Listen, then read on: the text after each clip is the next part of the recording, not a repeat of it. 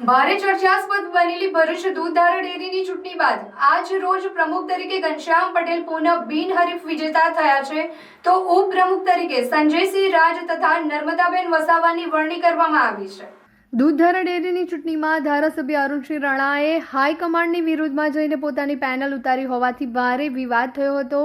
જો કે તેમ છતાં ઘનશ્યામ પટેલની પેનલનો વિજય થયો હતો, જે બાદ આજ રોજ દૂધધારા ડેરીના પ્રમુખ અને ઉપપ્રમુખની ચૂંટણી અધિકારી એસડીએમ મનીષા માવાણીની અધ્યક્ષતામાં અને ભાજપ જિલ્લા પ્રમુખ પ્રકાશ મોદીની ઉપસ્થિતિમાં ચૂંટણી યોજાઈ હતી, જેમાં ફરીવાર એક વખત ઘનશ્યામ પટેલ પુનઃ પ્રમુખ તરીકે બિનહરીફ વિજેતા જાહેર કરાયા હતા। જે બાદ ઉપપ્રમુખ તરીકે ભાજપના મેન્ડેટના ઉમેદવાર સંજયસિંહ રાજની સામે નર્મદાબેન વસાવાએ ઉમેદવારી નોંધાવી હતી, જેમાં પ્રકાશ દેસાઈ જોગવાઈ મુજબ એક ઉપપ્રમુખ જ નિયુક્ત કરવા જણાવતા નર્મદાબેને ઉમેદવારી પરત ખેંચી હતી, જેથી સંજયસિંહ રાજની ઉપપ્રમુખ તરીકે જાહેરાત કરવામાં આવી છે। જો કે બાદ બોર્ડ ઓફ ડિરેક્ટરો અને નર્મદાબેનને પણ ઉપપ્રમુખ તરીકે નિયુક્ત કરતા 2 ઉપપ્રમુખ નિયુક્ત કરાયા હતા, જેની સમર્થકોએ જય ઘોષ સાથે વધાવી લઈ ભરૂચ દૂધધારા ડેરીનું સુકાન ફરી સંભાળતા ઘનશ્યામ પટેલે આભાર વ્યક્ત કરવા સાથે પશુપાલકો માટે વૈજ્ઞાનિક ઢબે પશુપાલન માટેની વ્યવસ્થા કરવા તેમજ સાબરકાંઠાની જેમ લોકો અહીં પશુ ખરીદવા આવે તેવું કરવાની ઈચ્છા વ્યક્ત કરી હતી। ભરૂચની દૂધધારા ડેરીનું સુકાન પુનઃ ઘનશ્યામભાઈ પટેલે સંભાળતા તેઓના સમર્થકોમાં ખુશીની લાગણી પ્રસરી જવા પામે સાથે હારતોરા કરી અભિનંદનની વર્ષા કરી હતી।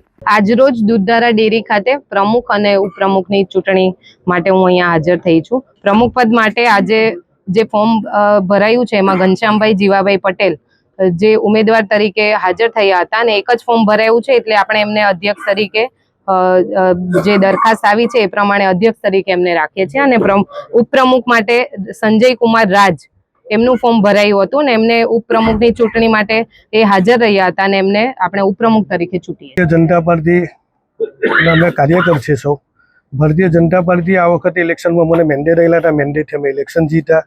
પાર્ટીના આદેશ પ્રમાણે પ્રમુખ ઉપપ્રમુખનો મેન્ડેટ આવ્યો અને પક્ષના અમારા નવા વરેલા પ્રમુખ શ્રી જગદીશ વિશ્વકર્મા સાહેબ, અમારા સંગઠનના મહામંત્રી રત્નાકરજી, ભારતીય જનતા પાર્ટીના જિલ્લાના અધ્યક્ષ પ્રકાશભાઈ મોદી સાહેબ અને ભારતીય જનતા પાર્ટીનું જિલ્લાનું સર્વશ્રેષ્ઠ નેતૃત્વ એમને અમારી પર વિશ્વાસ મૂકી અને અમને આ કામ કરવાની જે તક આલી છે એમ અમે બધાને સાથે લઈ દિલથી કામ કરીશું।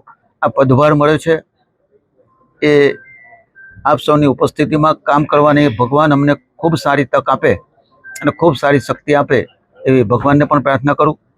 સાથે સાથે આજે અમારા ઉપાધ્યક્ષ તરીકે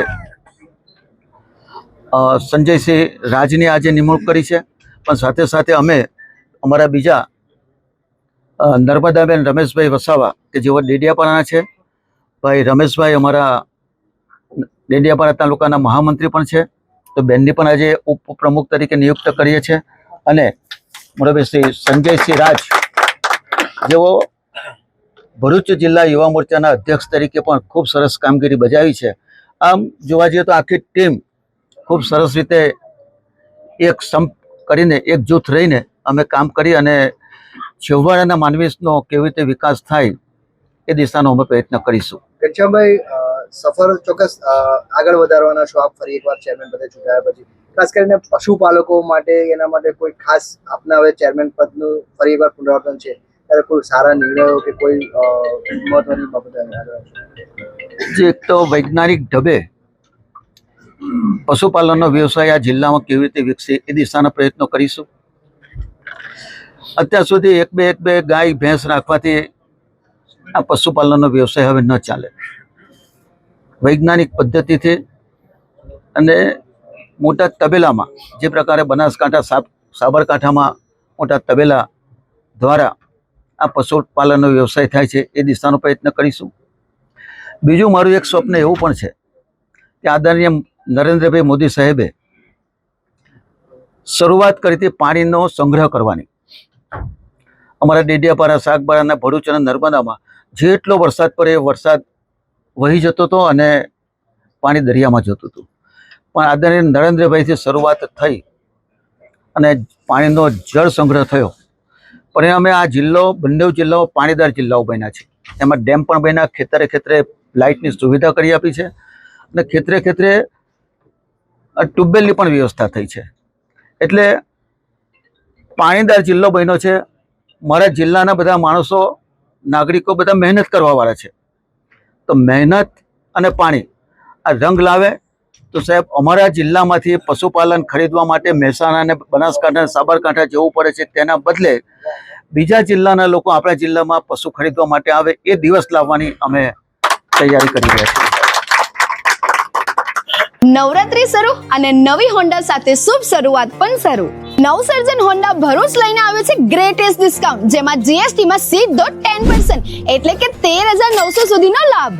હોન્ડાની દરેક ટુ વ્હીલર સાથે મળશે પ્રી ગિફ્ટ, જેમાં helmet, body cover, rubber matting અને HSRP ફ્રેમ. એટલું જ નહીં, અહીંયા ટુ વ્હીલરના દરેક મોડલ્સ અને દરેક કલર હાજર સ્ટોકમાં મળી જશે. અને ફાઇનાન્સનું પણ કોઈ ટેન્શન નથી, કારણ કે અહીંયા છે આકર્ષક finance scheme and exchange offer જેવા ઓપ્શન. આપણા ભરૂચનો પોતાનો નવસર્જન હોન્ડા લિમિટેડ સ્ટોક છે અને નવરાત્રી માટે 100% ઓન ટાઈમ ડિલિવરીની ગેરંટી તો ખરી જ. સ્કૂટર બોલે તો એક્ટિવા અને તહેવાર બોલે તો નવસર્જન હોન્ડા ભરૂચ. તો આજે જ તમારું ટુ વ્હીલર બુક કરાવો નવસર્જન હોન્ડા ભરૂચ.